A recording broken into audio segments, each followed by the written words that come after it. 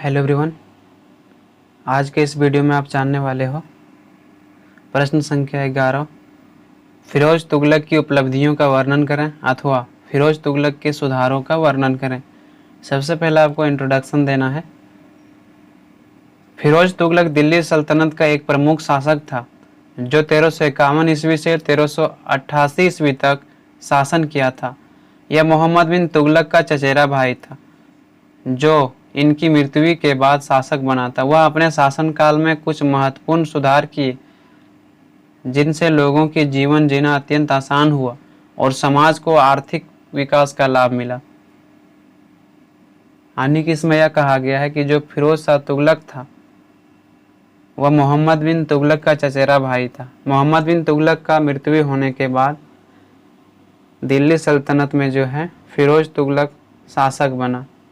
इनका शासनकाल 1351 से लेकर 1388 ईस्वी तक मानी जाती है। इनके बारे में यह कहा जाता है कि इन्होंने अपने शासनकाल के दौरान कुछ महत्वपूर्ण सुधार किए थे जिसके कारण लोगों का जीवन जीना अत्यंत आसान हुआ। तो इन्होंने क्या सुधार किया था इनके बारे में हम जानते हैं।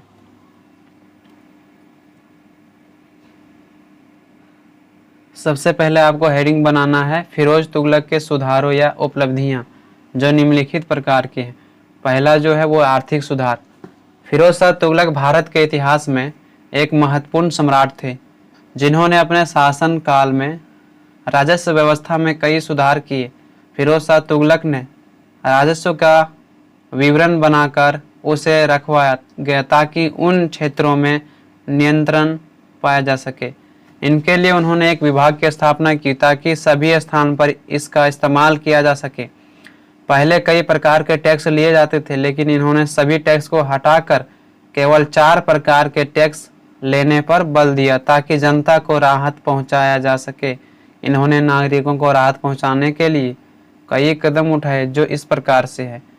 फिरोज शाह तुगलक के बारे में कहा जाता है कि जो इनका प्रथम सुधार था वो था आर्थिक सुधार। अन्य कि इसमें यह कहा गया है कि फिरोज शाह तुगलक ने जो है आर्थिक सुधार करने के लिए कई नियम अपनाए गए। पहले जो है कई प्रकार के टैक्स लिए जाते थे लेकिन फिरोज शाह तुगलक ने सभी टैक्स को समाप्त करके केवल 4 प्रकार के ही टैक्स लिया जाने लगा ताकि जनता को राहत पहुंचाया जा सके। इन्होंने जनता को राहत पहुंचाने के लिए ही सभी प्रकार के टैक्स को समाप्त कर दिया था। उन्होंने किसानों की समस्या को ध्यान में रखते हुए कृषि उत्पादों पर उच्च शुल्कों को हटा दिया, यानी कि अब किसानों से भू राजस्व की दर घटाकर कम लिया गया। उन्होंने वस्तु एवं सेवाओं पर लगाए जाने वाले शुल्कों में कमी करके व्यापार को बढ़ावा दिया।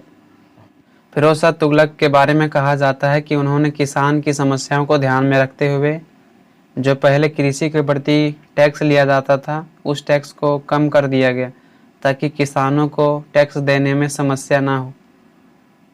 इनके बारे में यह भी कहा जाता है कि इन्होंने किसानों या व्यापारियों को राहत पहुंचाने के लिए जो पहले शुल्क लिया जाता था सीमा शुल्क, व्यापार करने के लिए सीमा शुल्क में कमी किया। उन्होंने स्वयं उद्योगों को प्रोत्साहित करने के लिए कुछ नए शुल्क लगाए जिससे देश की आर्थिक स्थिति मजबूत हुई। उन्होंने कई अपराधों के लिए जुर्मानों को बढ़ाया जिससे अपराध में कमी आई। यानी कि फिरोज शाह तुगलक के बारे में कहा जाता है कि अपराध को कम करने के लिए इन्होंने अपराधियों के जुर्माने को बढ़ा दिया गया ताकि अपराधी उतना जुर्माना ना दे सके और वह अपराध भी ना करे। उसके बाद जो है दूसरा इसका नीति है यह सुधार है वो है नई मुद्रा निर्माण। फिरोज शाह तुगलक ने अपने कार्यकाल में नई मुद्रा निर्माण की घोषणा की थी।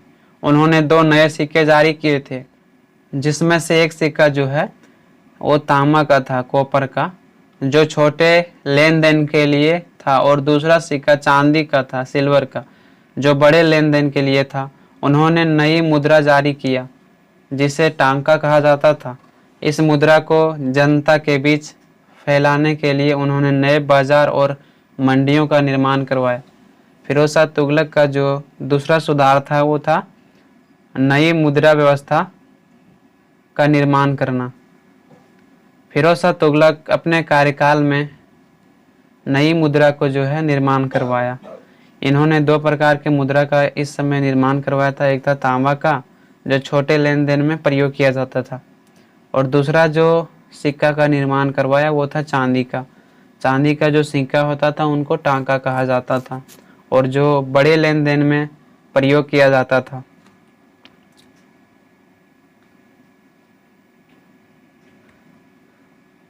इसका जो तीसरा सुधार है वो शिक्षा का विकास। फिरोज तुगलक ने दिल्ली सल्तनत में शिक्षा के विकास के लिए कुछ महत्वपूर्ण कदम उठाए। उन्होंने कुछ नए विद्यालय खोले और विद्यार्थियों को विभिन्न विषयों में शिक्षा दी। वह अपनी राजधानी में एक बड़ा पुस्तकालय भी खोले, जिसमें आधुनिक शिक्षा के क्षेत्रों में प्रोत्साहन मिला।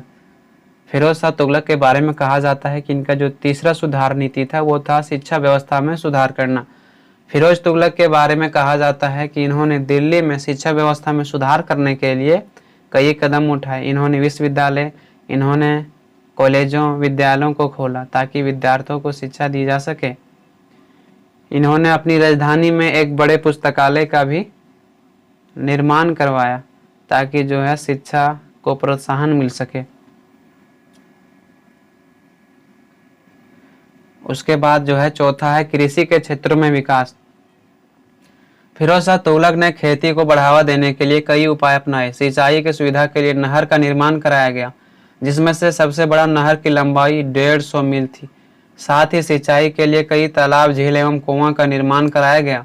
इस व्यवस्था के लिए कृषि के उपज का 1/20 भाग टैक्स लिया जाता था। नहर, झील, तालाब का निर्माण करवाने के बाद गेहूं, गन्ने उपज में अत्यधिक वृद्धि हुई। उन्होंने भूमि का संचालन करने वाले अधिकारियों को नियुक्त किया गया, जिन्हें कृषि विकास के लिए यहाँ पर प्रोत्साहित किया गया। वह भूमि के विकास के लिए नए तकनीक उपकरणों का भी उपयोग करते थे। तारीख़ फिरोज शाही में यह कहा गया कि यहाँ पर कोई ऐसा मुस्लिम नहीं था जिसके पास आभूषण ना हो तथा सोने के लिए एक बेहतर पलंग ना हो। इन लोगों के पास धन की भरमार थी। फिरोज शाह तुगलक का जो चौथा सुधार नीति था वो था कृषि के क्षेत्रों में विकास करना। फिरोज शाह तुगलक ने खेती को बढ़ावा देने के लिए कई उपाय किए, जैसे कि तालाब, कुएं और नहर का निर्माण किया। सबसे बड़ी नहर जो इनका था वो 150 मील का था। सिंचाई करने के लिए जो है कुएं, तालाब और झील का निर्माण करवाया गया ताकि सिंचाई करने में आसानी हो। और सिंचाई के लिए जो है जितना उपज होता था उसका 1/20 भाग टैक्स लिया जाता था। जब सिंचाई के लिए व्यवस्था कराया गया तो इन क्षेत्रों में गेहूं, गन्ने जैसे की खेती का जो है अत्यधिक वृद्धि हुआ। पांचवा जो इसका सुधार था वो था कला और संस्कृति। फिरोज तुगलक ने कला और संस्कृति को बढ़ावा दिया। उन्होंने दिल्ली के बहुत सारे प्राचीन भवनों और धार्मिक स्थलों का निर्माण कराया। फिरोज शाह तुगलक कला और संस्कृति का विस्तार करने में अधिक रुचि रखता था। उन्होंने अपने समय में कई कलाकारों को प्रोत्साहन दिया था जो उनके द्वारा अत्यंत सुंदर एवं कलाकृतियों को बनाने में सक्षम थे। फिरोज शाह तुगलक ने उन्हें नौकरी दी थी और उन्हें अपने दरबार में काम करने का मौका दिया था। फिरोज शाह तुगलक के शासनकाल में दिल्ली के कई ऐतिहासिक और धार्मिक स्थलों का निर्माण हुआ जो आज भी भारत की महानता का प्रतीक है। इनमें से कुछ उल्लेखनीय स्थलों में हौज खास और फिरोज कोटला शामिल है। इन सभी स्थलों की अद्भुत वास्तुकला फिरोज शाह तुगलक के समय की विस्तृत जानकारी का सबूत है। फिरोज शाह तुगलक के कला और संस्कृति के बारे में यह कहा जाता है कि फिरोज शाह तुगलक ने कला और संस्कृति को बढ़ावा देने के लिए कई प्रयास किए। छठा जो इसका सुधार था वो था यातायात में सुधार। फिरोज शाह तुगलक ने यातायात व्यवस्था में भी सुधार किया था।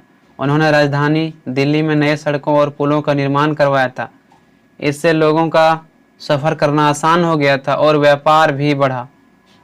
फिरोज शाह तुगलक का जो छठा सुधार था वो था यातायात के क्षेत्रों में सुधार करना। इन्होंने यातायात में सुधार करने के लिए दिल्ली के कई क्षेत्रों में सड़क का निर्माण करवाया गया, कई क्षेत्रों में पुल का निर्माण किया गया ताकि लोगों का एक स्थान से दूसरे स्थान आना जाना आसान हो गया और व्यापार में भी बढ़ावा मिला। सातवां है व्यापार में विकास। फिरोज शाह तुगलक ने व्यापार को बढ़ावा दिया था। उन्होंने व्यापार के लिए नए बाजार और मंडियों का निर्माण करवाया था ताकि व्यापार आसानी से किया जा सके। सभी क्षेत्रों में मंडियों का निर्माण करवाया था ताकि उन क्षेत्रों में रहने वाले किसान व्यापारी को व्यापार करने में सुविधा प्रदान हो। तो इस प्रकार से इनका जो 7वां सुधार था वो था व्यापार के क्षेत्रों में सुधार। इन्होंने व्यापार में बढ़ावा देने के लिए कई मंडियों तथा बाजार का निर्माण करवाया गया ताकि जो है व्यापार में वृद्धि हो सके। इनका जो 8वां सुधार था वो था सैनिक व्यवस्था में सुधार।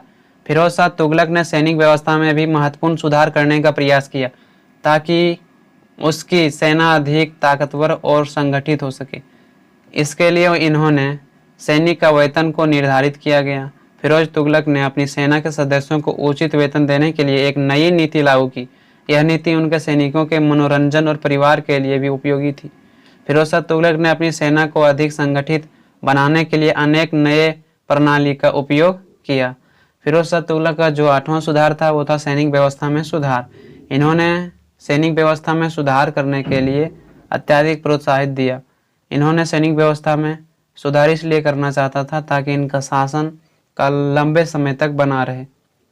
इसलिए इन्होंने सबसे पहले सैनिकों का वेतन को बढ़ाया और सैनिकों का वेतन बढ़ाने के कारण ही अधिक से अधिक सैनिक इसके साथ जुड़ पाए। उन्होंने अपनी सेना को अलग अलग विभागों में विभाजित किया, जैसे कि पीठ, हथियार, सवार, तेजपात आदि। यह सेना के व्यवस्था को अधिक संगठित और शक्तिशाली प्रदान करता था।